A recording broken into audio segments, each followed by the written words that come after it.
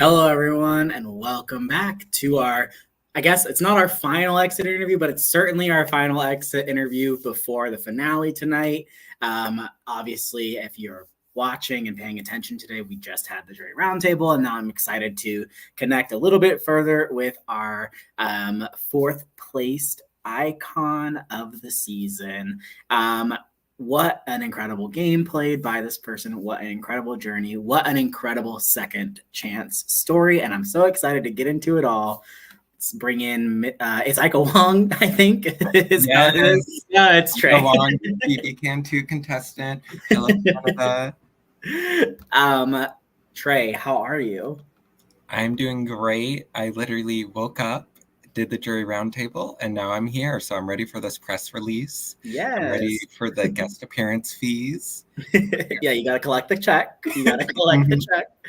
I'm so glad to get a chance to chat with you a little bit further about your game. I want to say I think you played an incredible game. Incredibly nuanced, obviously tough to navigate, and I thought you handled it so well. And obviously we'll talk about the jury of it all and your reception to that. I was really enamored with you, and I honestly was sitting there final six, final five, thinking I'm really disappointed that the jury doesn't see Trey's game any more than what they are, that with their current scope right now. And I was really hoping for you to get a chance to prove everybody wrong in the finale and tell your story, because I think you played such an amazing game. So I just wanted to start with that. Me too, girl. I'm so glad that we had you back, not only because you played well, just because you're such an enjoyable person to have and to host. And what has your BBH20 experience been like? Sum it up for us in a couple words. Loyalty, fun, one full of gratitude, one I'm proud of, one that has definitely been a different game that I've played before. And I proved a lot to myself and to Canada, the VL. I proved a lot to everybody that I can be an icon, a staple in this community. Obviously, I already was in BB19, but we just reaffirmed that fact this season. So yeah, it's one I'm really proud of. Good. I'm glad to hear that. In BBH19, since you brought it up, obviously your time was cut short. And at that point in time, we really knew all that you were capable of. We just were sad mostly that we didn't get to see it. And you put it out there on full display for us to see here in season 20. And I'm curious if you had any big adjustments or things that you wanted to try and do differently coming into the season, because even though you were in a great spot in season 19, ultimately it was undone in just a few short hours. So curious what your mindset was coming into this. Yeah, in BB19, I really got twist fucked, and not in a good way. But I also took lessons from when I played in Juror last too, of the key around making alliances. You can never have too many. You can never have too many final twos. We love them. And then making people that want to be together, be drawn together in very natural, organic ways that you aren't necessarily the leader of. And so early on, I had a lot of 3-person group chats here and there. And then later on, I knew the importance of having a final 3 chat, but also a strong alliance going into the jury phase. So I was happy to accomplish all of that. I made those adjustments. It was a struggle to find my footing in 19 in that kind of group aspect. But in 20, I think I definitely dominated the alliance game. I'm sure there's people that have had more than me, but mine really lasted. And so I was proud of that. Well, and I will say, I think you had a little bit of some help in that category, because Caro was certainly the queen of alliances early on in the season. And you guys hit it off so fast at the start of the game. And she was just wanting to include you in everything that she was building. Obviously the first big moment of your game comes at that split house twist where you lose Caro. So I don't want to drastically jump past, most of the pre-jury, if there's anything you want to talk about from the pre-jury, but I definitely see that as like your first big moment. Yes. We can jump past it because I'll talk about like black coffee once we get there. But because that formed in the jury. And also I was a captain. Hey girl. They said she wasn't a comp beast. And then I showed them out from final 7 onwards. She is. But yeah, Caro, for me, I think I sent a TikTok of like Natalie saying, you want to see this house flip? Or like, I just turned it up 200% at the jury chat. I was really tuned in on winning, tuned in on like not even having good jury management because I did want to explain it at the end. But she was a key ally of mine that really included me in a lot of things, and we just aligned so great. And so once that house twist happened, like even though I was safe and like I wanted to make sure that I gamed those twists to be safe no matter what, I had to really turn it out as a solo player in jury and then see how far that could take me, which was 4th place. Spoiler alert. I think, you mentioned the black coffee of it all. Obviously, I think that's so entwined in the split house. That's why I say it's there's so many things happening for you specifically in that round. Like, you're safe. Like, you're one of the few people that can breathe easy in that small group. But you are forced to make this choice between Caro, who's your number one ally, and between Lamont, who is part of the Black Coffee Alliance, which I know formed pretty early on in the pre-jury phase, around this idea of being a black male, being a queer queer black man in the org space. Talk to us about that and about, why did that get created? What was your role? How deep did it go for you? Kind of like give us the view of that. Yeah. So for me, like, the roots are deep because we all are experienced orgers. Ever since CBS has done the inclusive rule and they have their like casts that reflect diverse characters, and then orgs followed suit. I played before that. Like I've definitely played where I'm like the only black male in the whole cast, the only black person in the whole cast, the only person of color. And so like that can definitely be very hard to navigate in org spaces. And so like I do truly wanted the best for other people that look like me.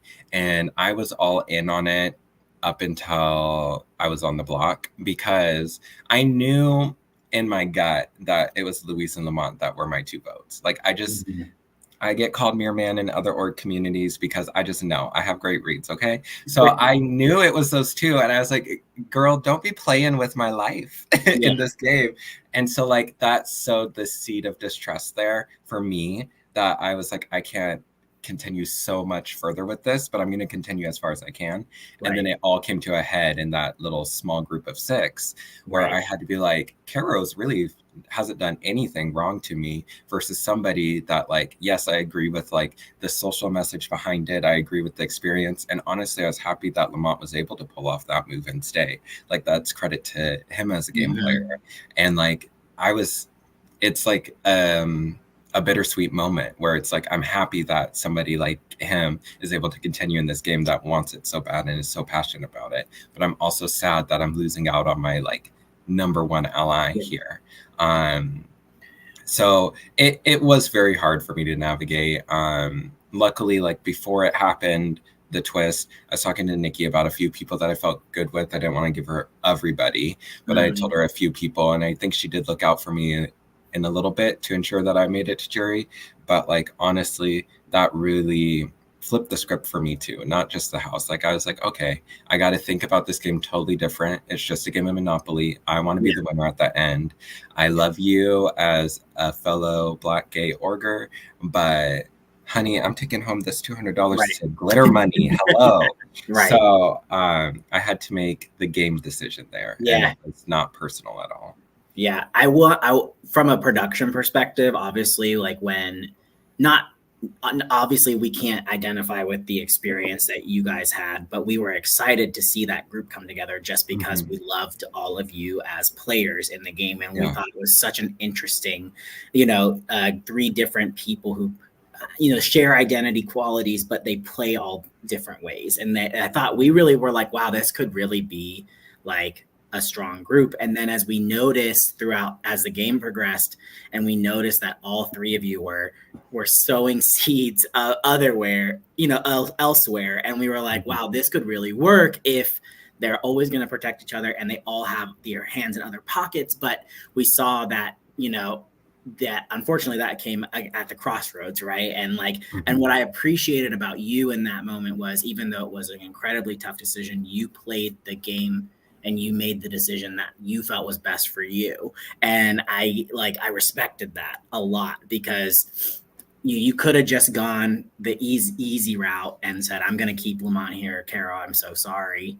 But you tried to set yourself up to be in the best position, and that's something that we always respect in a player. So I just remember watching that round with such fascination as it was unfolding.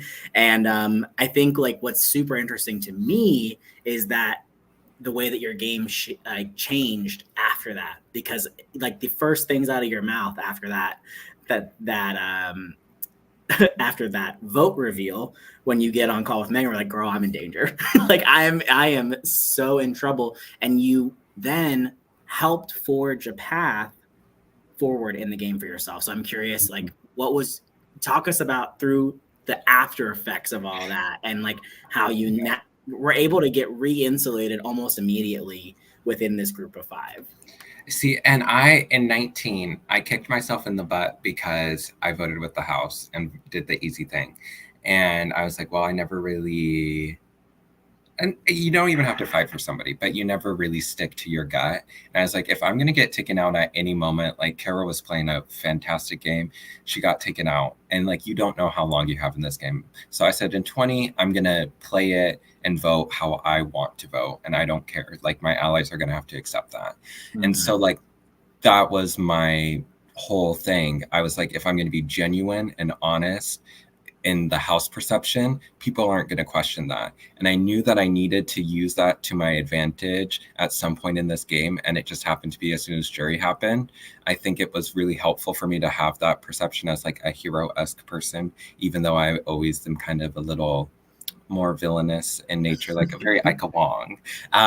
So when I have that conversation with Megan, it's I also knew that before then I was really targeting Megs, because I was like, hello, look where she's at now. Right. We got to get her out. But telling Jabbar that was not going to happen. You can't force your allies to think the same as you. You have to force the circumstances of the game to align with the perception and for things to happen. So when I was like, okay, they are going to eat this up, that this is what happened, and I was never against Megs, because so far, what have I been caught in? I haven't lied publicly. I haven't been caught in alliances publicly. I can get through this. Right. I'll just have to lie through my teeth for one round and then make it a new reality.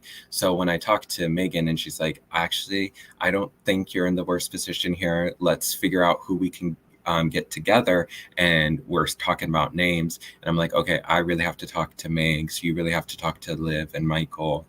And she told me that she was really pivotal in making sure Michael stayed. It was okay, cool, we can get a group started here. And so my first conversations with Megs is I heard that Kara really wanted to come after me. I don't know if she included me in that or if I just felt included because we were this.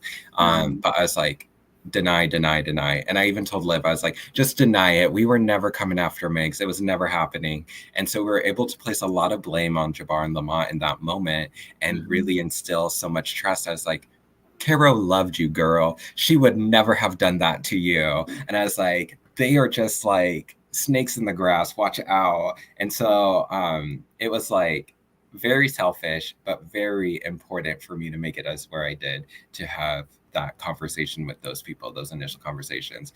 And we had our most open conversation. Obviously, I was lying a little bit, but we broke down those barriers of the game wall, and me and Megs were just able to talk. And then in preparation for live night, I was okay, let's get this group started. Let's talk about how we're going to handle this live night. And everybody was all keened in on it the night before. So it was I used that to my advantage. I wanted to come off really honest and public until the end game. Sure. And yeah, so I was really proud of that moment. I did want Black Coffee to succeed, but not at my own expense. So that's the way that I maneuvered those early jury rounds. Yeah. And I mean, like, the Dancing Queen Alliance obviously plays such a pivotal role in the jury phase of this game, ultimately getting to the final five as an alliance. I know that you were considering flipping on the alliance at the rounds of 7 and 6. You had all the power at Live Night to flip on the alliance and try and backdoor Megs. What was the reason for not doing that?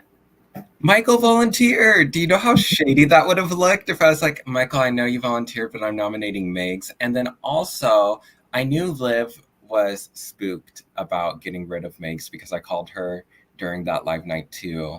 And we were like, okay, if Lamont wins, what's happening? Or if Jabbar wins, what's happening? And I was like, then I'll put up Megs and we'll backdoor her. You can use a power so you have an extra vote or whatever. And then we have the votes. And I could just read her face.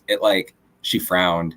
I was like, I don't feel confident in this. I don't feel confident that Liv will actually make this move. So there's the power still at play.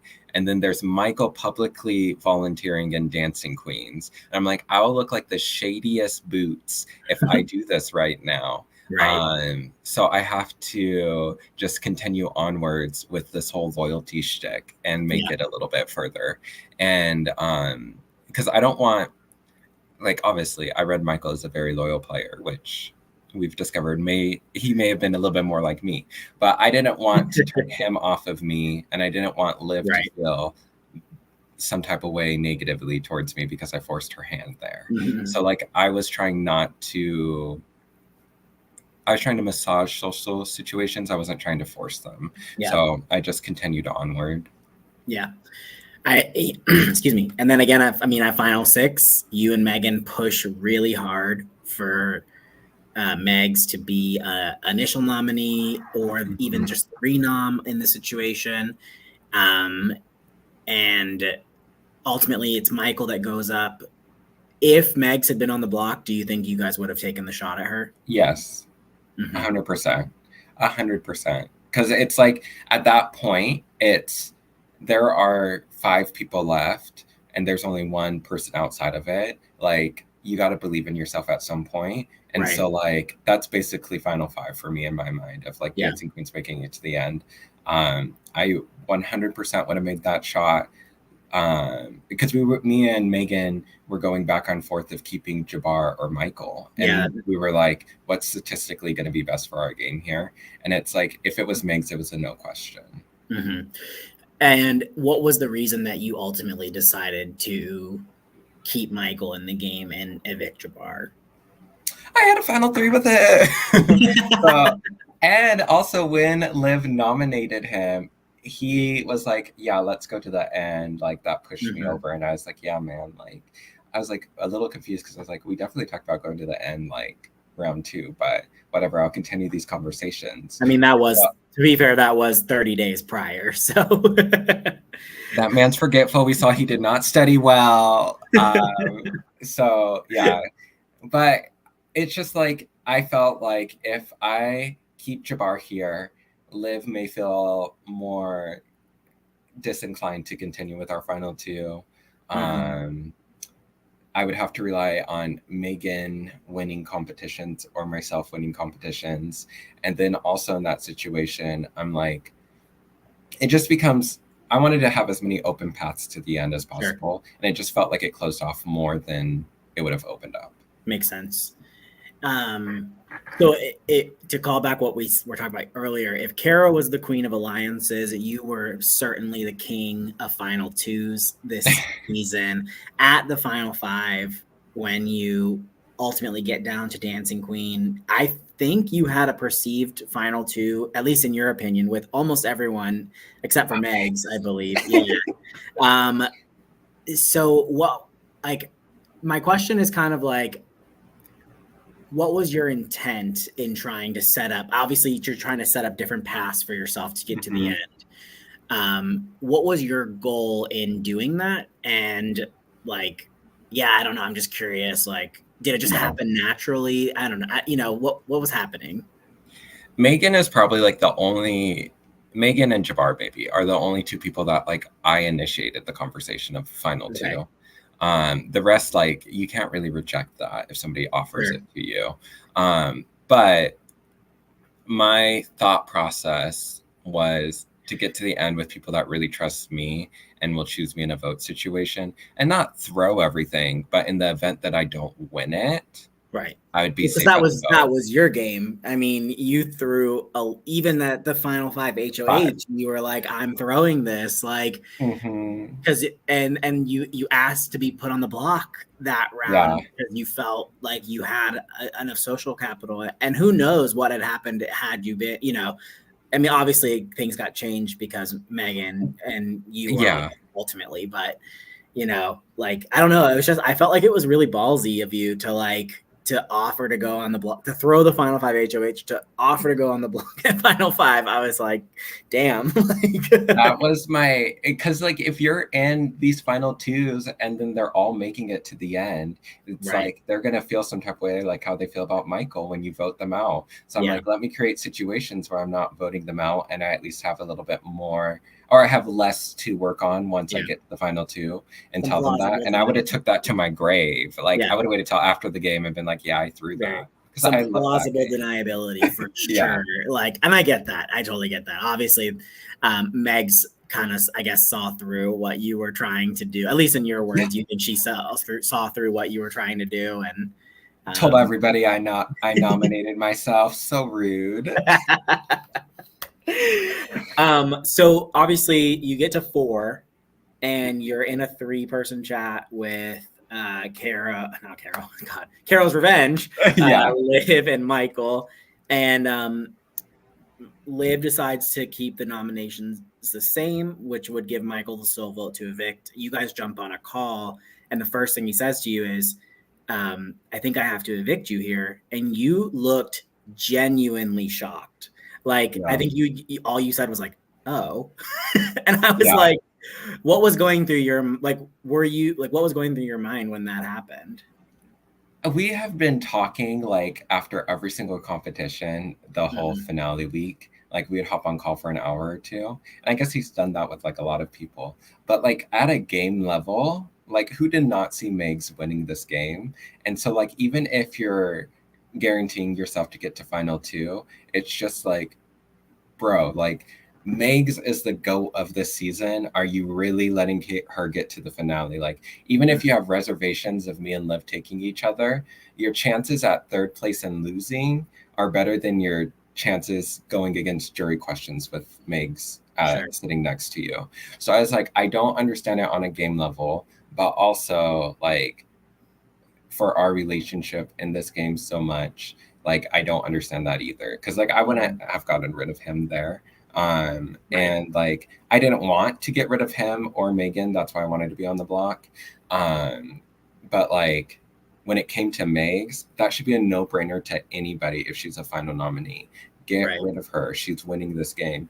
And the fact that it wasn't was like, I am legitimately shocked at like your bad call here on this game level. It's not even that I'm this person. It's like if Megan was this person and I was in jury at fifth, I'd be shocked at your decision here. Mm-hmm.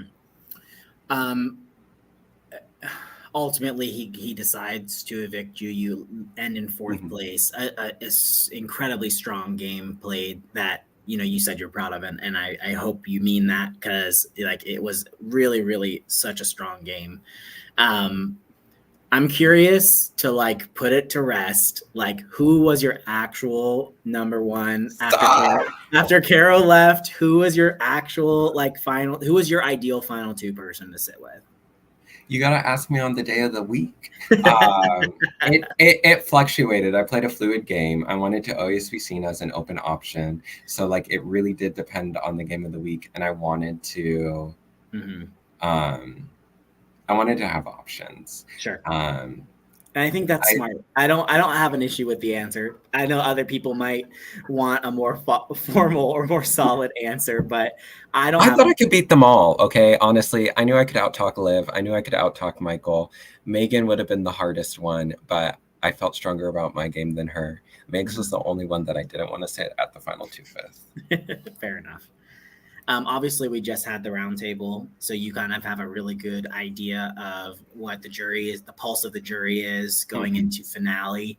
What are your thoughts over? Just like obviously, you just did the roundtable, so like on a very small scale, give us your thoughts going into finale. I think we have a very wide margin here of depending on who's sitting at the end.